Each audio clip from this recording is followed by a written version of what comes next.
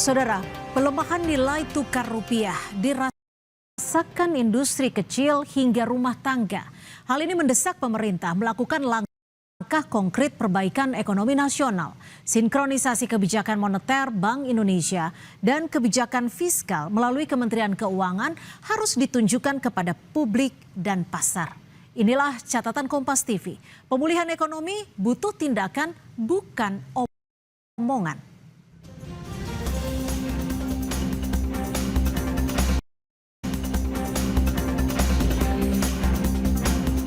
Jatuhnya nilai tukar rupiah hingga melebihi 18.000 per dolar Amerika Serikat memukul para perajin tahu dan tempe di tanah air. Sektor akar rumput ini langsung berada di garis depan yang paling rentan terhantam badai depresiasi kurs karena ketergantungan industri tahu dan tempe nasional terhadap kedelai impor yang dibeli menggunakan dolar Amerika Serikat itu dan masih berada di angka lebih dari 80%. Di Cianjur, Jawa Barat, seorang perajin tahu bahkan sudah 1 bulan berhenti produksi. Sebulanan berhenti produksi. Itu gimana Pak kondisinya? Memang kedelai Emang itu kan jadi kayak kedelai itu naik mahal gitu harganya, jadi nggak untung lah gitu. Jadi rugi. Karyawan yang diberhentikan berapa banyak Pak? Ada sekitar 15-an lebih. Tantangan produsen tahu dan tempe ini pun telah sampai ke pemerintah. Menteri Keuangan Purbaya Yudisadewa menyoroti jeritan pengusaha tahu dan tempe hingga rumah tangga akibat melonjaknya harga bahan baku impor imbas pelemahan nilai tukar rupiah. Purbaya menegaskan sinkronisasi antara kebijakan fiskal dan moneter yang sedang digodok untuk menstabilkan nilai tukar rupiah dan target utama dari langkah ini untuk mengembalikan stabilitas harga barang di pasar mikro agar daya beli masyarakat tidak semakin terbebani. Kita ingin melihat dampak ke masyarakat yang positif dari rupiah itu. Kan saya dengar penjual tempe, penjual tahu sudah tergerus keuntungannya atau terpaksa menaikkan harga karena bahan bakunya masih diimpor. Yang jelas itu kan menaikkan cost of production mereka. Dengan nanti kebijakan lebih bagus, itu kita akan melihat rupiah yang lebih stabil sehingga para pedagang tahu, tempe dan ibu-ibu rumah tangga juga bisa merasakan harga yang lebih baik dan tidak terbebani lagi beban hidupnya. Sementara itu, Gubernur Bank Indonesia Peri Warjio telah menyiapkan 2 langkah agar likuiditas keuangan Indonesia bisa terjaga dan membuat rupiah kembali menguat. Salah satunya dengan cara meningkatkan daya tarik imbal hasil atau yield surat berharga agar portofolio asing kembali masuk ke Indonesia. Meningkatkan daya tarik atau imbal hasil supaya portfolio inflows kembali masuk.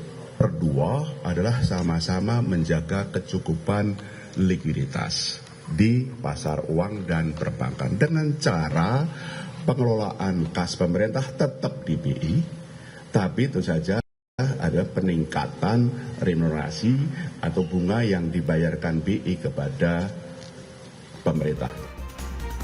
Namun, Ekonom Institute for Development of Economics and Finance, INDEF, Abra Talato menjelaskan pemerintah harus membuktikan kebijakan ekonomi yang dilakukan bukan hanya gimmick agar kepercayaan publik kembali terbangun baik di sektor makro maupun mikro.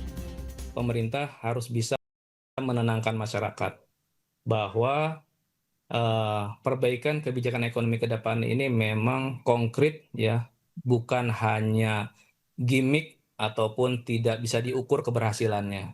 Sehingga reformasi yang dilakukan di sisi fiskal, kemudian di sisi sektor keuangan yang menjadi concern juga di pasar modal, dan termasuk juga bagaimana komitmen Bank Indonesia untuk menjaga stabilitas nilai tukar rupiah itu bisa disampaikan secara proporsional dan bisa diterima. Perlu ada gerakan, saya pikir gerakan juga dari pemerintah secara konkret, langkah-langkah apa nih untuk mengurangi ketergantungan terhadap dolar.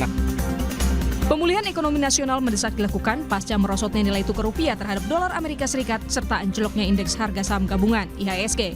Keyakinan pasar terhadap pengelolaan fiskal yang kredibel menjadi faktor yang memengaruhi stabilitas rupiah dalam jangka panjang. Tim Liputan, Kompas TV. Tren pelemahan rupiah terhadap dolar Amerika serta sejumlah mata uang asing lain serta rontoknya indeks harga saham gabungan hingga ke level terendah harus direspon dengan tindakan. Sinkronisasi kebijakan moneter melalui Bank Indonesia dan kebijakan fiskal melalui Kementerian Keuangan harus ditunjukkan kepada publik dan pasar. Sinkronisasi kebijakan total yang dihasilkan pasca pertemuan DPR, Bank Indonesia, dan Kementerian Keuangan harus bisa dirasakan langsung oleh pelaku pasar dan masyarakat. Dari sisi fiskal misalnya, selain pengelolaan kas negara yang transparan, harus juga dalam waktu dekat ada pengurangan anggaran belanja negara untuk sektor-sektor non-prioritas seperti makan bergizi gratis dan koperasi desa merah putih.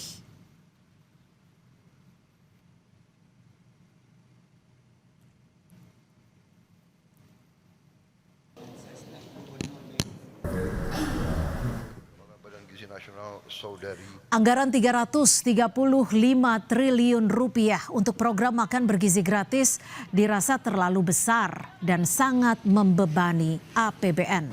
Pemangkasan anggaran 67 triliun dari 335 triliun patut diapresiasi, tetapi perlu dikaji terus agar bisa lebih banyak dipangkas. Idealnya, anggaran MBG tidak lebih dari 100 triliun rupiah agar tidak terlalu beresiko jika terjadi penyelewengan dan bahkan dikorupsi. Selain pos anggaran MBG, mendesak juga dihitung ulang untuk dipangkas anggarannya, semata-mata untuk mengurangi beban fiskal yang selalu menjadi kekhawatiran pelaku pasar.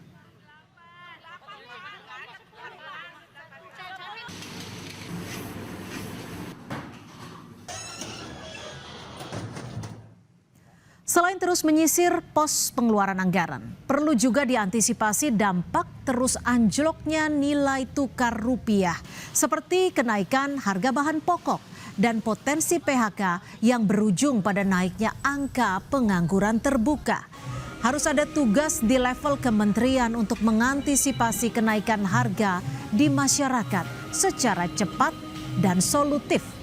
Begitu juga Satgas Antisipasi PHK imbas stop operasi pabrik-pabrik industri, imbas rupiah yang terus melemah.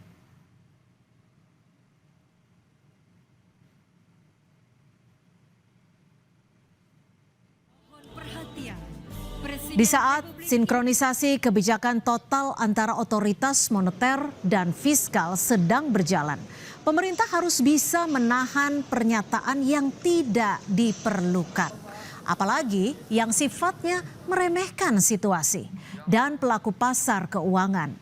Pemerintah harus menunjukkan bahwa situasi krisis sedang direspon dengan baik secara cepat dan tepat demi pemulihan ekonomi nasional. Secara bersamaan, tata kelola pemerintahan yang bersih, akuntabel, serta menjaga supremasi hukum dan iklim politik yang demokratis sangat diperlukan agar kepercayaan investor, masyarakat, dan dunia internasional kembali pulih. Mohon perhatian, Presiden Republik Indonesia. Demikian catatan Kompas TV. Kita